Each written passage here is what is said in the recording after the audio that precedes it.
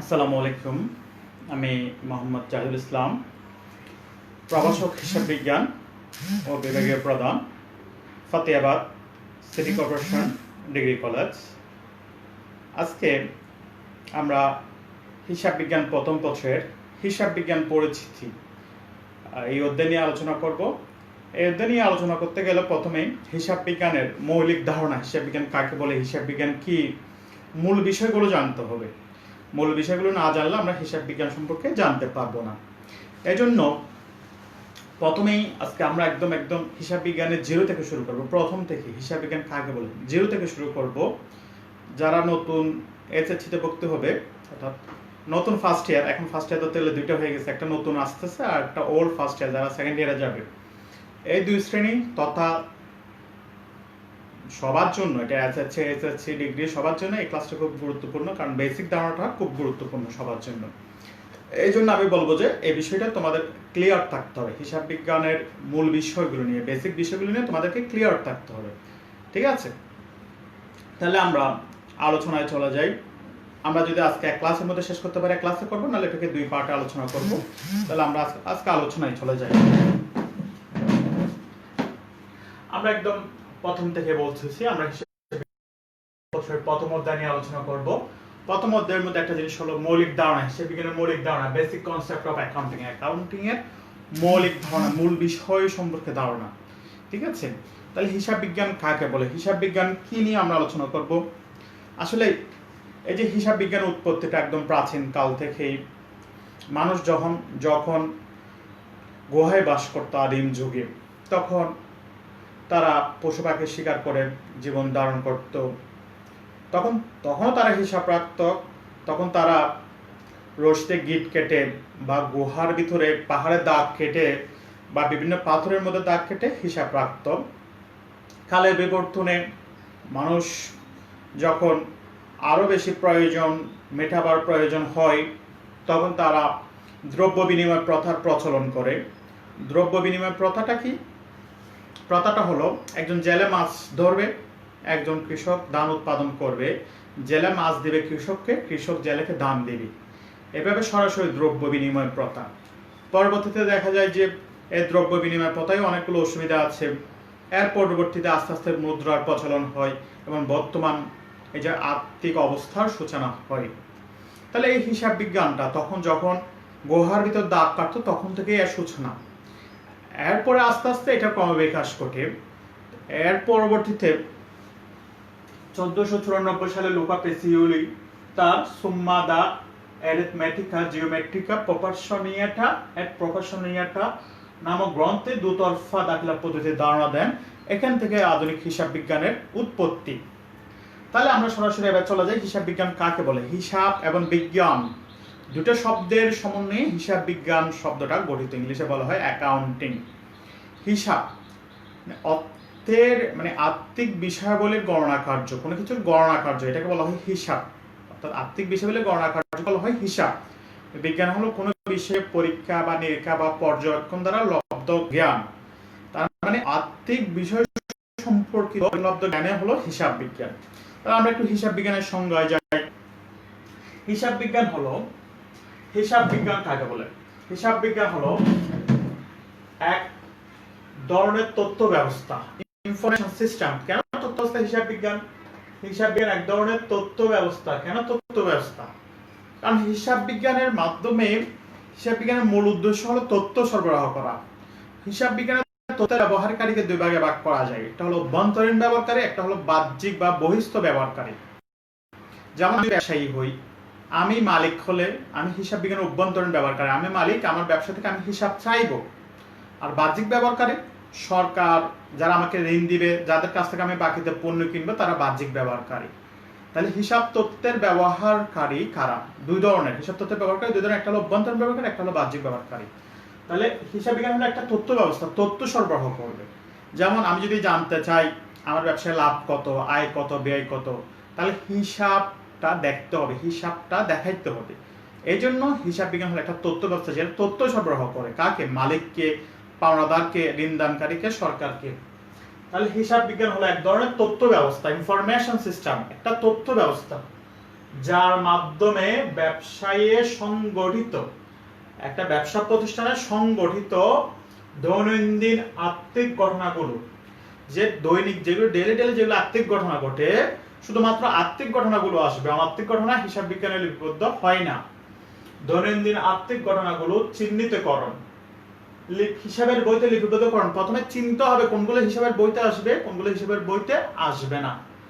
তাহলে আর্থিক ঘটনাগুলো আগে চিনতে হবে, চিহ্নিত করতে হবে। সবগুলো ঘটনা হিসাবের বইতে আসবে না। যেমন করোনার কারণে ব্যবসা প্রতিষ্ঠান 2 মাস বন্ধ আছে, লকডাউন আছে, এটা আসবে না হিসাবের বইতে, কারণ এটা আর্থিক অঙ্কে পরিমাপযোগ্য নয় এই ক্ষতিটা। কিন্তু আমার ব্যবসা থেকে যদি 200 টাকা চুরি হয়ে যায়, এটা ক্ষতি, এটা অর্থের অঙ্কে পরিমাপযোগ্য, এটা আসবে। সেজন্য আগে আর্থিক ঘটনা চিহ্নিত করতে হবে। তাহলে ব্যবসায় সংগঠিত দৈনন্দিন আর্থিক ঘটনাগুলো চিহ্নিতকরণ হিসাবের বইতে আগে চিহ্নিত করতে হবে। তারপর যেগুলো আর্থিক ঘটনা সেগুলো হিসাবের বইতে আসবে, যেগুলো অনার্থিক ঘটনা সেগুলো হিসাবের বইতে আসবে না। হিসাবের বইতে লিপিবদ্ধকরণ, শ্রেণীবদ্ধকরণ প্রথমে লিখতে হবে, তারপর এটা কোন খাত ভিত্তিক আলাদা আলাদা শ্রেণীবদ্ধ করতে হবে, আলাদা আলাদা শ্রেণীবদ্ধকরণ, সংক্ষিপ্তকরণ, এগুলোকে আবার সামারি করতে হবে, সংক্ষিপ্ত করে ফেলতে হবে। সংক্ষিপ্তকরণ এবং সেগুলো বিচার বিশ্লেষণ ও বিশদ ব্যাখ্যা, সেগুলোকে আমরা এবার বিচার বিশ্লেষণ করব, বিশদ ব্যাখ্যা করব, যা পরবর্তীতে হিসাব তথ্যের ব্যবহারকারীদের নিকট সরবরাহ করা হয়। আমরা একটা ব্যবসা প্রতিষ্ঠানে একটা ঘটনা ঘটলে আর্থিক ঘটনাগুলো হিসাবে চিহ্নিত করব, এরপর হিসাবের বইতে লিপিবদ্ধ করব, এরপর এগুলো সংক্ষিপ্ত করব, এগুলো থেকে ফলাফল নির্ণয় করব, অর্থাৎ নেট লাভ নেট ক্ষতি কত হয়েছে নির্ণয় করে এই তথ্যগুলো হিসাব তথ্যের ব্যবহারকারী মালিক, সরকার, ঋণদানকারী, পাওনাদার এদের নিকট সরবরাহ করব। এটাই হলো হিসাব বিজ্ঞান। তাহলে হিসাব বিজ্ঞান একটা তথ্য ব্যবস্থা, একটা বিষয় বা বিজ্ঞান যেটা তথ্য সরবরাহ করে কাকে? হিসাব তথ্যের ব্যবহারকারীদের। হিসাব তথ্যের ব্যবহারকারী কারা? মালিক, প্রতিষ্ঠানের ব্যবস্থাপনা কর্তৃপক্ষ, প্রতিষ্ঠানের কর্মচারীরা, সরকার, ঋণদান কর্তৃপক্ষ, পাওনাদার। কারণ এগুলোর হিসাবের উপর ভিত্তি করে তাদের অবস্থা নির্ভর করবে। মালিক চাইবে তার লাভ হচ্ছে কিনা, কর্মচারী চাইবে তার বেতন হচ্ছে কিনা, ঋণদানকারী চাইবে তার ঋণটা ফেরত আসবে কিনা, সরকার চাইবে সে ট্যাক্স কত টাকা পাচ্ছে। এভাবেই প্রত্যেকে হিসাব তথ্য ব্যবহার করে। এই জন্য হিসাব বিজ্ঞান হলো একটা তথ্য ব্যবস্থা। এরপর আমরা যেটা লিখলাম 1494 সালে আমরা বললাম হিসাব বিজ্ঞান, হিসাবের ধারণাটা একদম প্রাচীন কাল থেকে সৃষ্টি হয়েছে, যখন মানুষ গুহায় থাকতো আদিম যুগে। কিন্তু আস্তে আস্তে এটা ডেভেলপ হতে হতে 1494 সালে এসে লুকা পেসিউলি, ইতালির একজন ধর্মযাজক ও গণিতবিদ, 1794 সালে লুকা পেসিউলি ইতালির একজন ধর্মযাজক ও গণিতবিদ, তার একটা বই, বিখ্যাত বই সুম্মা দা এরিথমেটিকা জিওমেট্রিয়া প্রপোর্শনিয়েটা, তার এই বইটাতে তিনি একটা দুতরফা দাখিলা পদ্ধতির ধারণা দেন। দুতরফা দাখিলা পদ্ধতি অর্থাৎ প্রত্যেকটা আর্থিক ঘটনায় 2টা পক্ষ জড়িত থাকবে। কয়টা পক্ষ থাকবে? 2টা পক্ষ। এক পক্ষ বিশিষ্ট কোনো ঘটনা হলে এটা লেনদেন হবে না। তাহলে তার যে বইটাতে দুতরফা দাখিলা পদ্ধতির ধারণা দেন, এইখান থেকে আধুনিক হিসাব বিজ্ঞানের উৎপত্তি। দুতরফা দাখিলা থেকেই আধুনিক হিসাব বিজ্ঞানের উৎপত্তি। সেখান থেকে আমরা প্রত্যেকটা পক্ষকে 2টা ভাগে দেখাই, একটা ডেবিট পক্ষ, একটা ক্রেডিট পক্ষ। এরপর আসে আমরা ঘটনা কাকে বলে? কোনো কিছু ঘটলে তাকে ঘটনা। আমরা সকালে ঘুম থেকে উঠে অনেকগুলো ঘটনা ঘটে। আমরা সকালে ঘুম থেকে উঠলাম, ব্রাশ করলাম, দোকান থেকে গিয়ে কিছু কিনে আনলাম, তাহলে এগুলো সবগুলো ঘটনা। তাহলে এগুলো কি সবগুলো আর্থিক ঘটনা? না। সবগুলো হিসাবের বইতে আসবে? না। সকালে দোকান খুললো, দোকান খুলে দেখলো তার একটা জিনিস ক্ষতিগ্রস্ত হয়েছে, বা একটা পণ্য ক্ষতিগ্রস্ত হয়েছে, বা একটা পণ্য চুরি হয়েছে, তার ম্যানেজার না আসার কারণে ব্যবসায় বাণিজ্য কম হয়েছে, অনেকগুলো ঘটনা সংঘটিত হয়। সবগুলো ঘটনাই হিসাবের বইতে আসবে না। ঘটনাগুলোকে 2 ভাগে ভাগ করা যায়। ঘটনা কাকে বলে? তাহলে ঘটনা, কোনো কিছু ঘটনা থাকে ঘটনা বলে। ঘটনা 2 প্রকার। ঘটনা কয় প্রকার? 2 প্রকার ঘটনা। ঘটনা 2 প্রকার। এক হলো আর্থিক ঘটনা, এক হলো কি আর্থিক ঘটনা, 2 হলো কি অনার্থিক ঘটনা। আর্থিক ঘটনা কোনগুলো? যে সমস্ত ঘটনা অর্থের মাপকাঠিতে পরিমাপযোগ্য, যে সমস্ত ঘটনা অর্থের মাপকাঠিতে পরিমাপযোগ্য। কত টাকা? আজকে ম্যানেজার আসে নাই, করোনার কারণে দোকান বন্ধ, তাহলে ক্ষতি হয়েছে, কিন্তু কত টাকার ক্ষতি হয়েছে এটা জানা যাবে না। কিন্তু দোকান থেকে 2000 টাকা চুরি হয়েছে, এটা ক্ষতি। দোকানের জন্য 200 টাকা দিয়ে একটা কোনো কিছু ক্রয় করা হয়েছে, বাল্ব ক্রয় করা হয়েছে, এটা লেনদেন, এটা আর্থিক ঘটনা, এটা অর্থের অঙ্কে পরিমাপযোগ্য। চুরি হয়েছে 2200 টাকা দিয়ে একটা বাল্ব ক্রয় করা হয়েছে, এটা অর্থের অঙ্কে পরিমাপযোগ্য, অর্থের মাপকাঠিতে পরিমাপযোগ্য এবং আর্থিক অবস্থার পরিবর্তন হচ্ছে, টাকা চলা যাচ্ছে, বাকিতে কিনলে দায়ের সৃষ্টি হচ্ছে। তাহলে যে সমস্ত ঘটনা অর্থের মাপকাঠিতে পরিমাপযোগ্য, অর্থের মাপকাঠিতে পরিমাপযোগ্য এবং আর্থিক অবস্থার পরিবর্তন হয়, আর্থিক অবস্থার পরিবর্তন ঘটায়, আর্থিক অবস্থার পরিবর্তন ঘটায়, সেই সমস্ত ঘটনাকে আর্থিক ঘটনা বলে। আমি আবারও বলছি, যে সমস্ত ঘটনায় অর্থের মাপকাঠিতে পরিমাপযোগ্য, কত টাকার ক্ষতি হয়েছে, কত টাকার লেনদেন হয়েছে সেটা জানতে হবে। টাকার অঙ্কে নির্দিষ্ট করা না গেলে সেটা আর্থিক ঘটনা হবে না, সেটা হিসাবের বইতে আসবে না। 2 নাম্বার হলো আর্থিক অবস্থার পরিবর্তন হইতে হবে, হয়তো আমাদের সম্পদ, দায়, আয় এগুলো বাড়তে হবে বা কমতে হবে।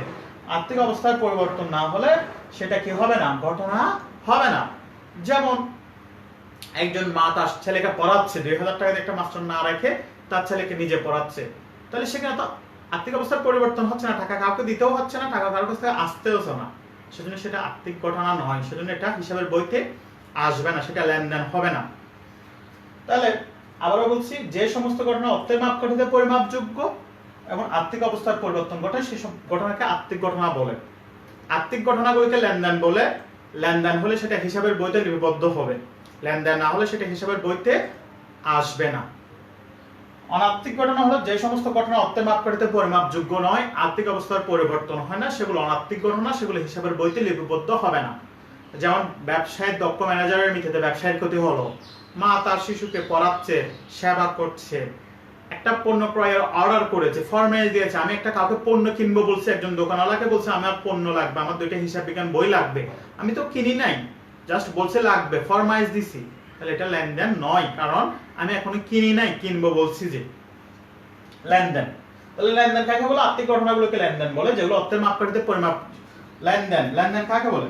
যেগুলো অর্থের, লেনদেন কাকে বলে? আমি বলেছিলাম লেনদেন হলো আর্থিক ঘটনাগুলো ওই লেনদেন, যেমন যেসব ঘটনার ফলে আর্থিক অর্থের মাপকাঠিতে পরিমাপযোগ্য যেসব ঘটনা আবার আর্থিক অবস্থার পরিবর্তন ঘটায় তাদেরকে লেনদেন বলে। আমি লেনদেন এখানে কয়েকটা বৈশিষ্ট্য লিখেছি। একটা হলো অর্থের মাপকাঠিতে পরিমাপযোগ্য হতে হবে, অর্থের মাপকাঠি কত টাকার ঘটনা এটা ফিক্সড হতে হবে, আর্থিক অবস্থার পরিবর্তন হতে হবে, ব্যবসায়িক সম্পদ, দায়, মালিকানা সত্ত্বের পরিবর্তন হতে হবে, 2টা পক্ষ থাকতে হবে। তাহলে লেনদেন হলে 3টা শর্ত লাগবে, একটা হলো অর্থের মাপকাঠিতে পরিমাপযোগ্য হতে হবে, আর্থিক অবস্থার পরিবর্তন হতে হবে, 2টা পক্ষ লাগবে। তাহলে লেনদেন হতে হলে 3টা বৈশিষ্ট্য অবশ্যই লাগবে, অর্থের মাপকাঠিতে পরিমাপযোগ্য, আর্থিক অবস্থার পরিবর্তন, 2টা পক্ষ লাগবে। হিসাব বিজ্ঞানে কোনো ঘটনা লিপিবদ্ধ হতে হলে এই 3টা বৈশিষ্ট্য অবশ্যই লাগবে। এই বৈশিষ্ট্য 3টা থাকলে এটা লেনদেন বা আর্থিক ঘটনা, এটা হিসাবের বইতে লিপিবদ্ধ হবে। আর এই বৈশিষ্ট্য 3টা না থাকলে সেটা লেনদেন নয় বা আর্থিক ঘটনা নয়, সেজন্য এটা হিসাবের বইতে লিপিবদ্ধ হবে না। তাহলে আমি আবারও আজকে একটু রিপিট করতেছি, কি কি রিপিট করতেছি দেখো। প্রথমত হলো হিসাব বিজ্ঞান কাকে বলে? হিসাব বিজ্ঞান একটা তথ্য ব্যবস্থা যার মাধ্যমে ব্যবসায়ী সংগঠিত দৈনন্দিন আর্থিক ঘটনাগুলো, শুধুমাত্র আর্থিক ঘটনাগুলো, এখানে একটা মোস্ট ইম্পর্টেন্ট কথা, আর্থিক ঘটনাগুলো আগে চিহ্নিত করতে হবে, এটা আর্থিক ঘটনা না অনার্থিক ঘটনা। এরপর হিসাবের বইতে লিপিবদ্ধ করতে হবে। এরপরে শ্রেণীবদ্ধ, মানে কোন খাতের সব ক্রয়গুলো এক জায়গায়, বিক্রয়গুলো এক জায়গায়, বেতন খাতের খরচগুলো এক জায়গায়, এভাবে আলাদা আলাদা করব। এরপর সংক্ষিপ্ত করব, এগুলো আমরা সামারাইজ করব, যোগ বিয়োগ করে ফেলবো, সংক্ষিপ্তভাবে রেজাল্ট বের করব। সেগুলো এবার বিচার বিশ্লেষণ করো, বিশাল ব্যাখ্যা করবে, এগুলোকে ব্যাখ্যা, বিচার বিশ্লেষণ ব্যাখ্যা করব, যা পরবর্তী হিসাব তথ্যের ব্যবহারকারীদের নিকট সরবরাহ করব। আমি বলেছিলাম হিসাব বিজ্ঞান আমরা কেন করব? তথ্য সরবরাহ করার জন্য। মালিক জানতে চাইবে তার লাভ কত হয়েছে, সরকার জানতে চাইবে তার লাভের উপর ট্যাক্স কত টাকা এসেছে, পাওনাদার জানতে চাইবে তার ব্যবসায় সম্পদ আয় কেমন আছে, টাকা ফেরত পাবে কিনা, ঋণদানকারী জানতে চাইবে তার ঋণটা ফেরত আসবে কিনা। জন্য হিসাব বিজ্ঞান হলো একটা তথ্য ব্যবস্থা। এগুলো কিভাবে জানা যাবে? হিসাব বিজ্ঞানের মাধ্যমে। তাহলে হিসাব বিজ্ঞান তথ্যের ব্যবহারকারীকে 2 ভাগে ভাগ করা যায়। একটা হলো অভ্যন্তরীণ ব্যবহারকারী, অভ্যন্তরীণ ব্যবহারকারী হলো মালিক, হিসাব রক্ষক, ব্যবস্থাপনা কর্তৃপক্ষ। আর সরকার, জনগণ, ভোক্তা, বিনিয়োগকারী, পাওনাদার, ঋণদানকারী, এরা বাহ্যিক ব্যবহারকারী। এটা হলো ব্যবসায়ের ভিতরের মানুষ যারা হিসাব তথ্য ব্যবহার করে, এটা হলো বাইরের মানুষ যারা তথ্যের ব্যবহার করে। এরপরে 1494 সালে লুকা পেসিওলি তার সুম্মা দ্য অ্যারিথমেটিকা জিওমেট্রিয়া প্রপোর্শনিয়েটা গ্রন্থে 2 দফা দাখিলা পদ্ধতির ধারণা দেন। এটাই হলো হিসাব বিজ্ঞানের আধুনিক হিসাব বিজ্ঞানের ভিত্তি। তারপর ঘটনা, তারপর আর্থিক ঘটনা, তারপর লেনদেন নিয়ে আলোচনা করলাম। এরপর আমরা আজকে আলোচনা করব হিসাব সমীকরণ।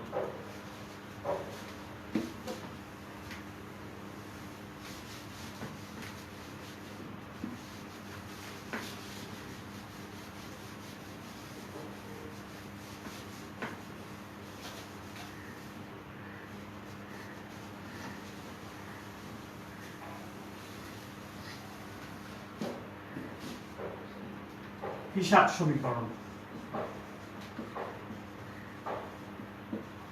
বা অ্যাকাউন্টিং ইকুয়েশন।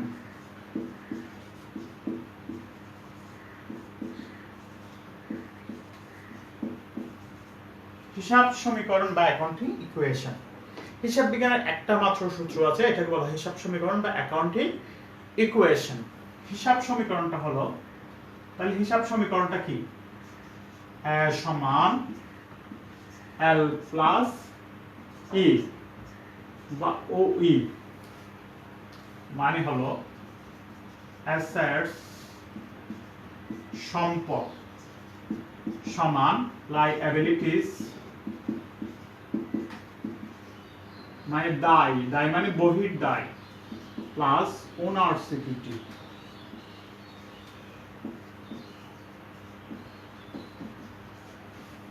মানে মালিকানা সত্ত্ব।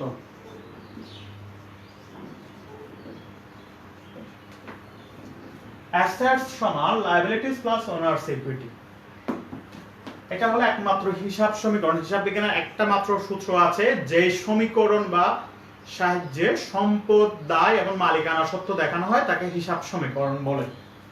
সম্পদ, দায় এবং মালিকানা সত্ত্ব দেখানো হয় তাকে হিসাব সমীকরণ বলে। সমীকরণ মানে সমানকরণ। অ্যাসেটস এর এ, লায়াবিলিটিস এর এল, ওনার্স ইকুইটির ওই। অ্যাসেটস সমান সম্পদ সমান দায় যোগ মালিকানা সত্ত্ব, এটাকে আমরা আন্তদায় বলতে পারি। তার মানে সূত্রটাকে আমরা এভাবে বলতে পারি, সম্পদ সমান দায়, শুধু দায় মানে বহির দায় বোঝাই, বাইরের পক্ষের প্রতি যে দায়, মালিকানা সত্ত্ব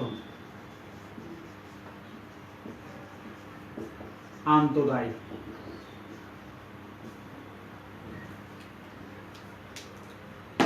একটা ব্যবসা প্রতিষ্ঠানে যত টাকার সম্পদ থাকবে ঠিক তার বিপরীতে দায়ও তত টাকার থাকবে। ধরো একটা ব্যবসা প্রতিষ্ঠান, এটা জাহেদ ট্রেডার্স, জেবি ট্রেডার্স, ধরো Zahed jetty traders. Jetty traders মালিককে দিয়েছে, মালিককে দিয়েছে 1 লাখ নগদ টাকা, ঋণ নিয়েছে 50,000, ব্যাংক ঋণ 50,000, তাও নগদ পেয়েছে। তাহলে জেটি ট্রেডার্স মালিককে দিয়েছে 1 লাখ, ঋণ নিয়েছে 50,000, তাহলে তাদের সম্পদ 1 লাখ আর 50,000 মিলে কত হবে? 1,50,000।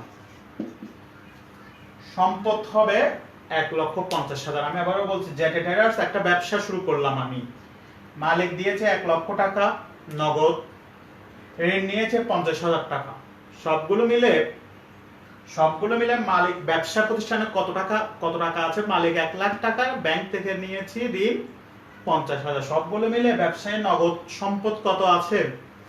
1.5 লক্ষ টাকা। তার মধ্যে থেকে বহির দায় বা দায়, লায়াবিলিটিস, ব্যবসায়ের শুধু দায় দুই প্রকার, একটা হলো আন্তদায়, একটা হলো বহির্দায়। আন্তদায় মানে কি? মানে অভ্যন্তরীণ। বহির্দায় মানে কি? বাইরের দায়, বাহ্যিক দায়।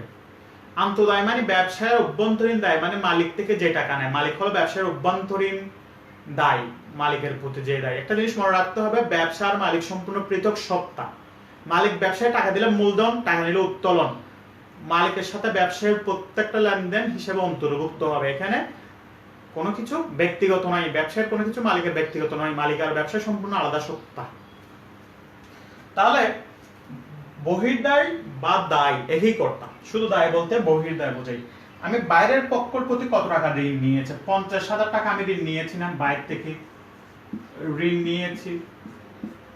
এটা হলো বহির্দায়। আর মালিক টাকা দিয়েছে কত, মালিকে দিয়েছে মূলধন, মালিকে দিয়েছে মূলধন, এটা আন্তদায় বা মালিকানা সত্ত্ব, অর্থাৎ মালিক যে টাকাটা পাবে সেটা মালিকানা সত্ত্ব। মালিক ব্যবসায়ীর মোট সম্পত্তির উপর, তাহলে আমি একটু আবারও বলে আসি, সম্পদ কাকে বলে?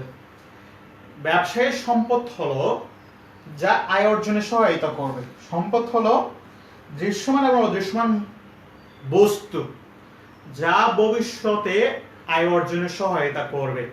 বর্তমানে যেটা ভোগের জন্য ব্যবহার হবে না, ভবিষ্যতে আয় অর্জনে ব্যবহার হবে এবং ভবিষ্যতে উপযোগ বৃদ্ধিতে সহায়তা করবে। ব্যবসার উপযোগ বৃদ্ধিতে যার আর্থিক মূল্য আছে, যার আর্থিক মূল্য আছে, যা হতে ওই ব্যবসা প্রতিষ্ঠান লাভবান হবে।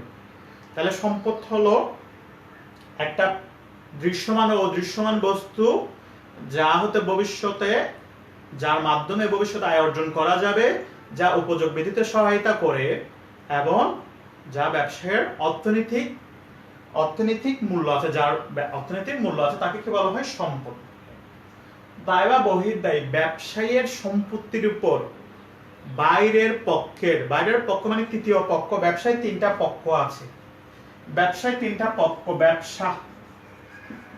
ব্যবসায় এটা প্রথম পক্ষ, মালিক দ্বিতীয় পক্ষ, আর অন্যান্য বাইরের যারা আছে, অন্যান্য বাইরে যারা আছে এরা হলো তৃতীয় পক্ষ। ব্যবসায়ের দায় বলতে কাকে বোঝায়? ব্যবসায়ের সম্পত্তির উপর মালিক ব্যতীত তৃতীয় পক্ষের যে দাবি, বাইরের মানুষের যে দাবি, তাকে বলা হয় দায় বা বহির্দায়। আমি ঋণ নিলাম, বাকিতে পণ্য কিনলাম, তাহলে ঋণ নিলে ব্যাংক আমার থেকে টাকা পাবে, বাকিতে পণ্য কিনলে পাওনাদার আমার থেকে টাকা পাবে, তাহলে এটা হলো বাইরের মানুষ। তাহলে এরা আমার ব্যবসায়ীর সম্পত্তির উপর এদের দাবি আছে, টাকা পাবে এরা, এটাকে বলা হয় তৃতীয় পক্ষের দাবি। তৃতীয় পক্ষের দাবিকে দায় বা বহির্দায় বলে। তৃতীয় পক্ষের দাবিকে দায় বা বহির্দায় বলে। তাহলে এখানে বহির্দায় কাকে বলে? আমরা বুঝলাম মালিকানা সত্ত্ব বা আন্তদায়ী, এটাকে স্বত্বাধিকারও বলি, ওনার সিকিউরিটি বা ইকুইটি বলি শুধু। ব্যবসায়ের সম্পত্তির উপর মালিকের যে দাবি, মালিক যে মূলধন দেয়, ব্যবসা যে বিনিয়োগ করে বা মূলধন দেয়, মালিকের যে দাবি তাকে বলা হয় মালিকানা সত্ত্ব। ঠিক আছে? মালিকের যে দাবি, মালিক হলো ব্যবসার দ্বিতীয় পক্ষ, ব্যবসা নিজে হলো প্রথম পক্ষ, মালিক দ্বিতীয় পক্ষ, মালিক আর ব্যবসা আলাদা, আর বাইরে কেউ টাকা পেলে এটা হলো তৃতীয় পক্ষ। তাহলে 1 লাখ টাকা মালিকে দিল, 50,000 টাকা ঋণ নিলাম, সব মিলে ব্যবসায় নগদ টাকা আছে 1.5 লক্ষ টাকা। সেই 1.5 লক্ষ টাকাটাকে ঋণ বাবদ বাইরের মানুষ ব্যাংক পাবে 50,000, ব্যাংক দাবি করতে পারবে কত? 50,000, আর মালিক দাবি করতে পারবে কত? 1 লাখ।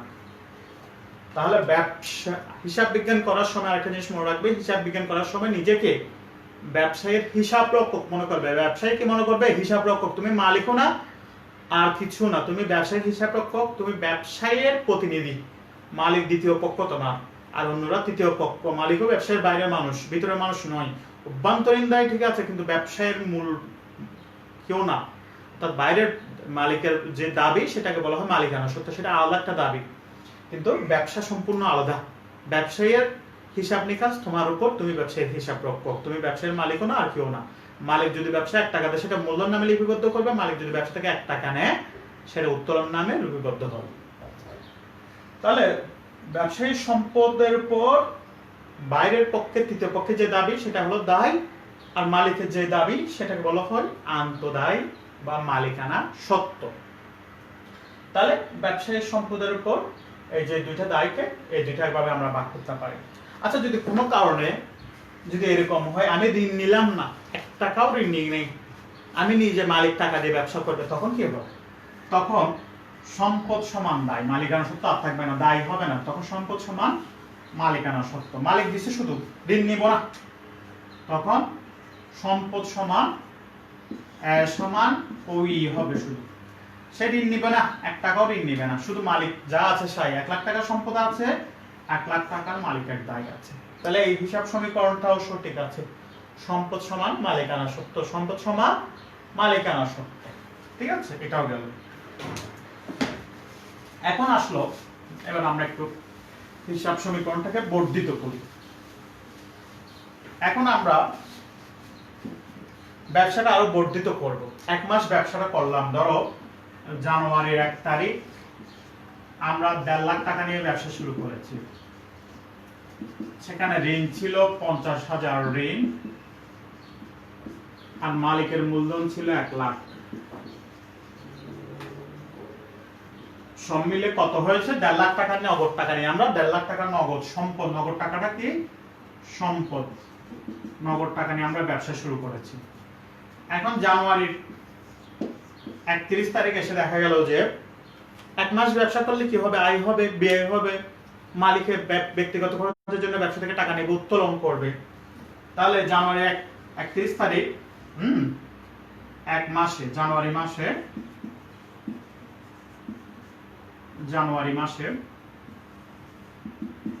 মাসের মোট আয় 10,000, ব্যয় 7,000, ব্যয় 6,000, উত্তোলন করেছে 1,500।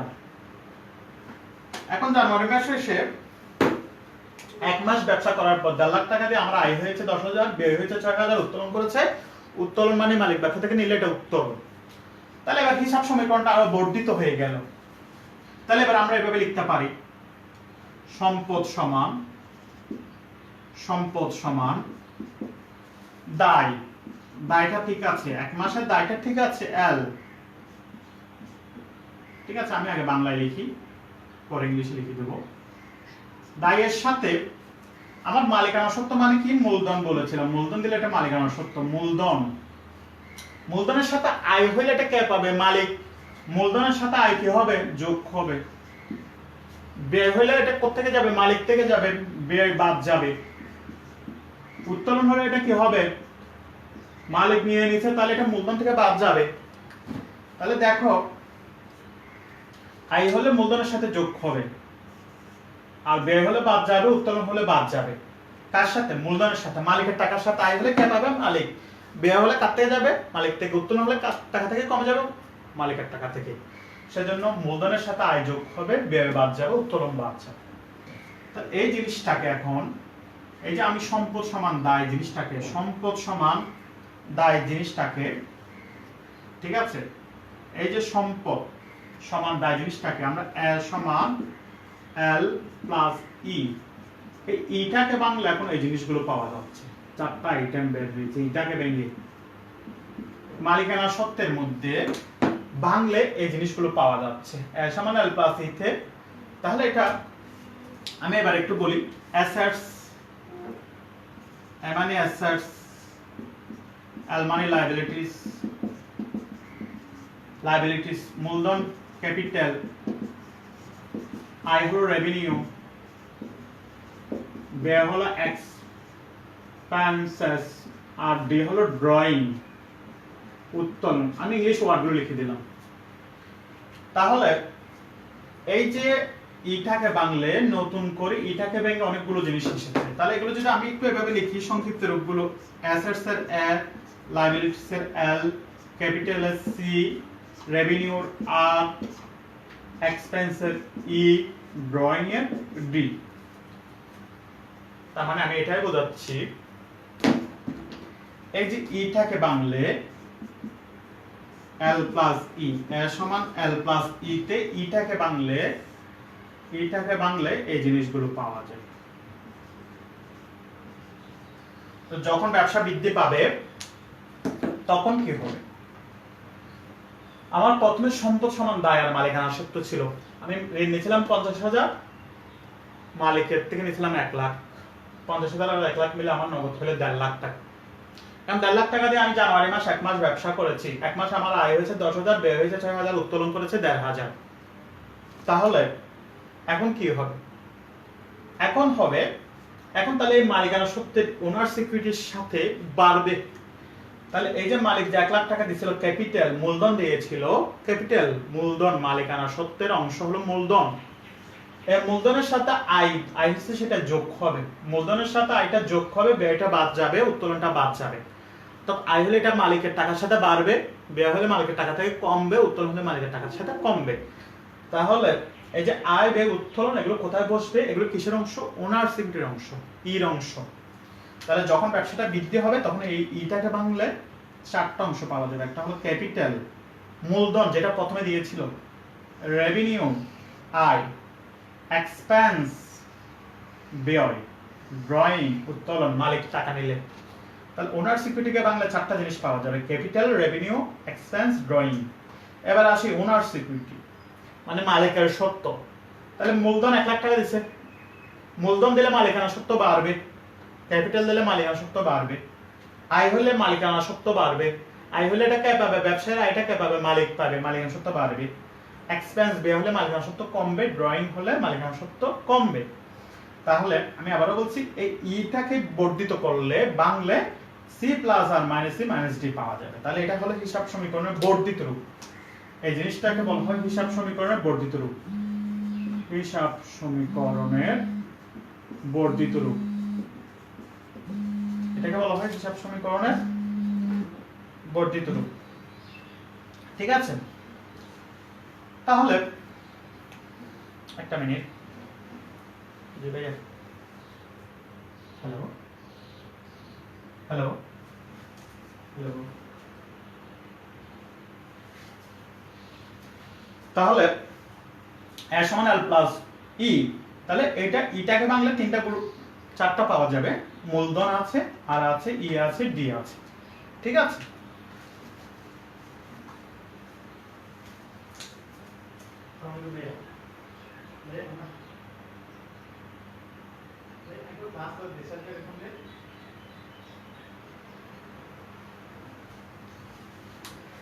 তাহলে এটা হলো হিসাব সমীকরণের বর্ধিত রূপ। অর্থাৎ এই যে সমান এল প্লাস ইটাকে বর্ধিত করলে বাংলে বা ব্যবসাটা যখন বৃদ্ধি হবে তখন সমান এল প্লাস ইটাকে বাংলে, ইটাকে বাংলে সি প্লাস আর মাইনাস সি মাইনাস ডি পাওয়া যায়। সি মানে ক্যাপিটাল মূলধন, আর মানে রেভিনিউ মানে আয়, ই মানে এক্সপেন্স মানে ব্যয়, ডি মানে ড্রয়িং মানে উত্তোলন। তাই আয় হলে মালিকানা সত্ত্ব বাড়বে, মালিকের টাকা বাড়বে ব্যবসায়, সেজন্য আয় হলে যোগ হয়, ব্যয় হলে মালিকের টাকা কমে যাবে, বিয়োগ হয়, ড্রয়িং হলে মালিকের টাকা কমে যাবে, সেজন্য মাইনাস। ঠিক আছে, তাহলে এ সমান এল প্লাস ইটা হলো মূল হিসাব সমীকরণ, ওটাকে বৃদ্ধি করলে এ সমান এল প্লাস সি প্লাস আর মাইনাস সি মাইনাস ডি হবে। এটা হলো বর্ধিত হিসাব সমীকরণ, হিসাব সমীকরণের বর্ধিত রূপ। তাহলে আমি বলেছিলাম আমি তিন ভাগে হিসাব সমীকরণ লিখতে পারি। এ সমান এল প্লাস ই, যখন আমার দায় থাকবে না তখন এ সমান এল থাকবে না, বহির্দে না থাকবে তখন এ সমান এল প্লাস ই হবে শুধু। আর হিসাব বিজ্ঞানের হিসাব সমীকরণ বর্ধিত করলে এ সমান এল প্লাস সি প্লাস আর মাইনাস সি মাইনাস ডি। আমি চাইলে এটাকে ব্র্যাকেটে দেখাইতে পারি, অর্থাৎ এই পুরো ব্র্যাকেটের মধ্যে অংশটা হলো ই। ঠিক আছে, তাহলে তিনটা হিসাব সমীকরণের সঠিক, একটা হলো এ সমান এল প্লাস ই, এই জিনিসটাও সঠিক, একটা এ সমান ওই এটাও সঠিক, এ সমান এল প্লাস সি প্লাস আর মাইনাস সি মাইনাস ডি এটাও সঠিক। তিনটাই সঠিক, কারণ মূল হিসাব সমীকরণ হলো এ সমান এল প্লাস সি, অর্থাৎ বাইরের দায় আর অন্তর্দায় মিলে সম্পদ সমান হবে। আবার যদি আমার বাইরের দায় না থাকে, শুধু এ সমান ওই মালিকের প্রতি দায়, আর আমি যখন আয় ব্যয় হবে তখন এ সমান এল প্লাস সি প্লাস আর মাইনাস সি মাইনাস ডি হবে। ঠিক আছে, এবার আসো আমি আয় ব্যয়টাকে কিভাবে বের করব। তাহলে আমার ব্যবসায় জানুয়ারি মাসে আয় ব্যয় হলে এটাকে কিভাবে দেখাবো। এখন আমার টাকা হইলো, দায় ছিল 50,000, মালিকের টাকা ছিল 1 লাখ, আয় হয়েছিল 10,000 যোগ এক্সপেন্স হয়েছিল 6,000 আর উত্তোলন হয়েছিল 1,500। তাহলে দেখো 50,000 এর সাথে এই যে এই 1 লাখের সাথে এগুলো আমরা যোগ বিয়োগ করব, 10,000 যোগ হবে, 6,000 বাদ যাবে, 1,500 চলে যাবে। তাহলে 10,000 থেকে 6,000 গেলে 4,000, 4,000 থেকে 1,500 টাকা চলে গেলে কত হয়? 2,500। তাহলে এই 1 লাখ টাকার সাথে 2,500 টাকা যোগ হবে, 50,000 প্লাস 1 লাখ মালিকের টাকার সাথে নিট আয়, অর্থাৎ আয় থেকে ব্যয় বাদ দিল, নিট আয় যোগ হবে, প্লাস 2,500 যোগ হবে। তাহলে এখন সম্পত্তি হবে কত? 1,52,000 টাকা। তো সমান চিহ্নের দুই পাশটা সবসময় কি হতে হবে? সমান হতে হবে। সমান চিহ্নের দুই পাশটা সবসময় সমান হতে হবে। তাহলে আমি আবারও একটু বলে আসতেছি, তাহলে মূল হিসাব সমীকরণ, যে সমীকরণের সাহায্যে ব্যবসায়ীর সম্পদ এবং দায় দেখানো হয়, সম্পদ, দায় এবং মালিকানা সত্ত্ব দেখানো হয়, তাকে হিসাব সমীকরণ বলে। ব্যবসায়ী সবসময় দায় আর মালিকের শর্ত যোগ করলে মোট সম্পদের সমান হবে। সম্পদ যা থাকবে তার উপর দুজনের অধিকার থাকবে, একটা বাইরের মানুষের অধিকার, একটা হলো অভ্যন্তরীণ মালিকের অধিকার।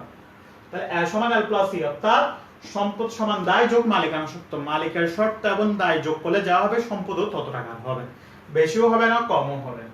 কোন সময় যদি দায় না থাকে L সমান OE বলা যায়, এটা সব খুব একটা ব্যবহার হয় না, দায় থাকে ব্যবসায়, দায় ছাড়া ব্যবসা হয় না। আর বর্ধিত রূপ করলে A সমান L plus C plus R minus E minus D, এটা হলো হিসাব সমীকরণের বর্ধিত রূপ। ঠিক আছে, তাহলে আজকে এতটুকুই। আমরা আগামী ক্লাসে হিসাব সমীকরণ নিয়ে বিস্তারিত আলোচনা করব, আর হিসাব সমীকরণের প্রভাব নিয়ে আলোচনা করব, সম্পদ দায় গুলো শ্রেণীবিভাগ দেখাবো, সম্পদের শ্রেণীবিভাগ, দায়ের শ্রেণীবিভাগ, আয় কাকে বলে ব্যয় কাকে বলে, এগুলো নিয়ে আরো বিস্তারিত আলোচনা করব। আজকে এতটুকুই। আমরা তাহলে আজকে কি শিখলাম? হিসাব বিজ্ঞান কাকে বলে, ঘটনা কি, ঘটনার শ্রেণীবিভাগ, লেনদেন কি, লেনদেনের বৈশিষ্ট্য, হিসাব সমীকরণের মূল রূপ, বর্ধিত রূপ, এবং এগুলোর নিয়ে বাস্তব উদাহরণগুলো আমরা শিখেছি। আগামী ক্লাসে আমরা সেকেন্ড পার্টে, হিসাব বিজ্ঞানের মৌলিক ধারণা সেকেন্ড পার্টে আমরা এগুলো নিয়ে সম্পদ দায় আয় ব্যয় এগুলো নিয়ে আরেকটু আলোচনা করব। তোমরা আগামী ক্লাসে আশা করি অংশগ্রহণ করবে। সবাইকে ধন্যবাদ। আজকে এই পর্যন্ত। আসসালামু আলাইকুম।